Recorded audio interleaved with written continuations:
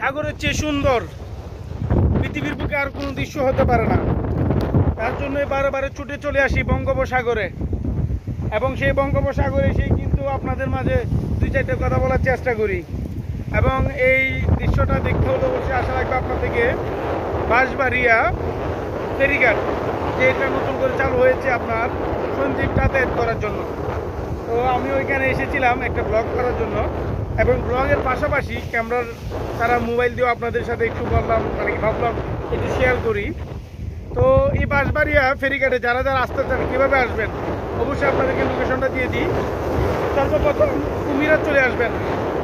সেই কুমিরা থেকে আপনার অটো রিক্সা বা সিএনজি দিয়ে 30 টাকা ভাড়া নেবে, 20 থেকে 30 টাকা ভাড়া। ওই 30 টাকা ভাড়া দিয়ে কিন্তু আপনারা এই সুন্দর জায়গাটা উপভোগ করতে পারবেন। যারা চট্টগ্রাম আছেন তারা কুমিরাঘাট আপনার কুমিরা চলে আসবেন, আর যারা বাইরে থেকে আসবেন তারাও কুমিরা চলে আসবেন। সেই কুমিরা থেকে কিন্তু আপনার এখানে আসতে হলে 30 টাকা ভাড়া নেবে। যারা যারা আমার ভিডিও দেখেন কমেন্ট করে জানাবেন কোন জায়গার দৃশ্য আপনাদের দেখতে ইচ্ছা করে। মনে করেন সুপারম্যানের মতো চলে যাব, ওই জায়গার দৃশ্যটা কভার করে অবশ্যই আপনাদের মাঝে সুন্দরভাবে তুলে ধরবো।